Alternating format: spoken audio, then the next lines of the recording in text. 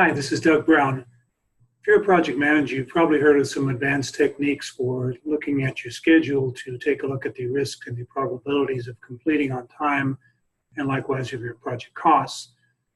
But perhaps you haven't been able to make the investment, or your company hasn't been willing to make the investment in tools like Crystal Ball or At Risk and other Monte Carlo-type tools like that.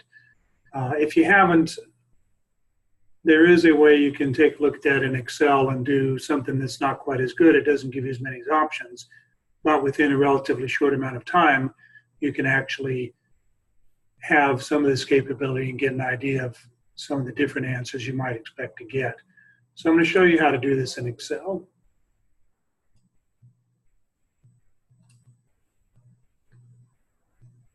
So what you're looking at right now is an Excel sheet on which I've first of all set up a project with just a few tasks, and you'll see them here.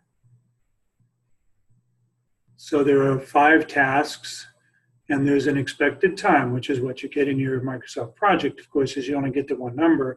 But in fact, when you talk to your team, there's some distributions of maximum and minimum expected time. Now, I will say, with this particular approach, we don't get to have the fancy triangular type distributions that you can get in some of your tools, and that's quite all right. So in this first task, what I've laid out is just the expected values, because I want to be able to keep a view of those later on. And what I've set up here is 20 runs, and you can do it in Excel just by copying down. You can do 100 or 1,000 if you want, because Excel can handle all that quite easily. Now, when you have 200 or 300 or 400 tasks in your schedule, then setting up 200 columns across the side here is going to get pretty unwieldy. And that's when you really want to start investing in a tool if you really want to take a look at these statistical possibilities. But what we have is tasks 1, 2, 3, 4, and 5, and 2 different critical paths. One is task 1, 2, 4, 5, and the other is 1, 3, 4, 5. Only it turns out actually that one of them is longer. But these are paths through the schedule. And I'm going to show you now how we can start simulating that.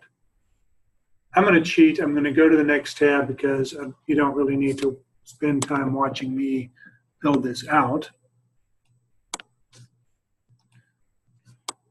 So the next tab is, I've already built this out with random observations.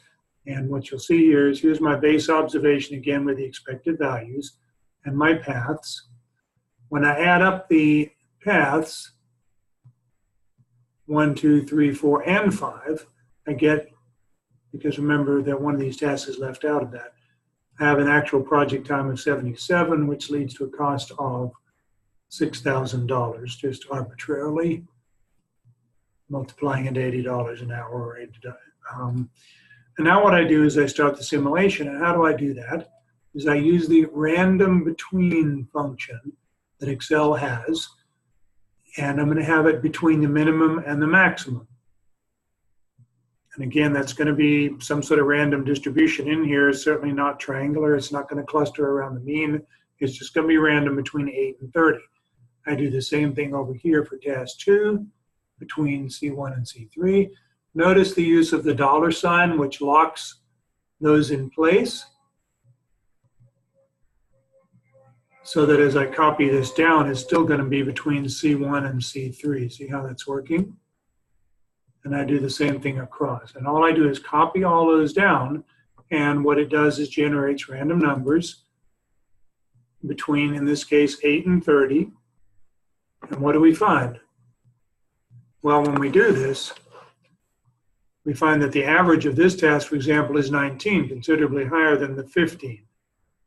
The average of, it should just happen that with all of these runs, the average was always higher. This one's fairly close, but that's just random. So what we find is that our original calculation of project time, 77, the average is actually 93. So the cost of $6,000 is actually $7,500.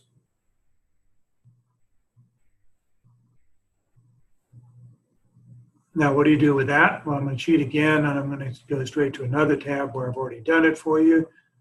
But you now take your data and you sort it based on the project cost, because that's what you're going to have across your axis here.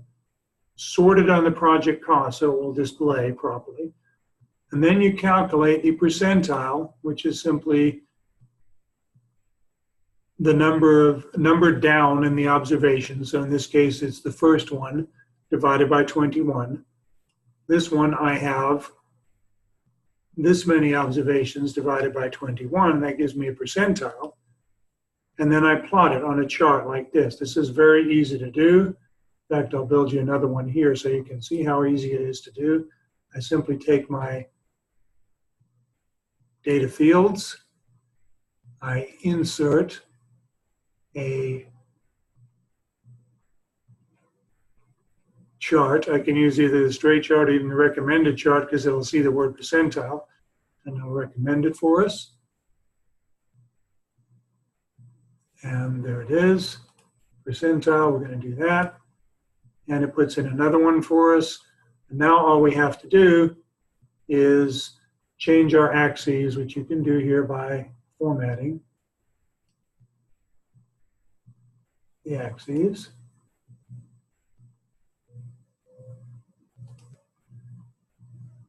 And I simply have to set the minimum and the maximum, where I know actually that the minimum here should be more like 5,000. And I know that the maximum is about 10,000. Okay. Now I have something that looks like the other. And all I did here is just added a line on top of it to show you where the mean is. So a very simple way of doing that. Now, what do you do with that? First, let me get this out of your way.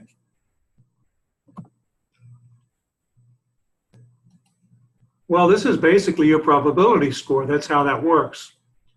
So if I wanted to know, for example, what's an 85% probability of what the cost would be, well, I come across here from 85, and it's going to be somewhere here that I'm 85% of the time, the cost is going to be under about $8,700. So that's how that works. And at least on a very rudimentary level, if you don't have an expensive statistical tool, you can use Excel to do some project simulations with. Thanks for sharing with me, and it's been a pleasure, hopefully helping you out in some way.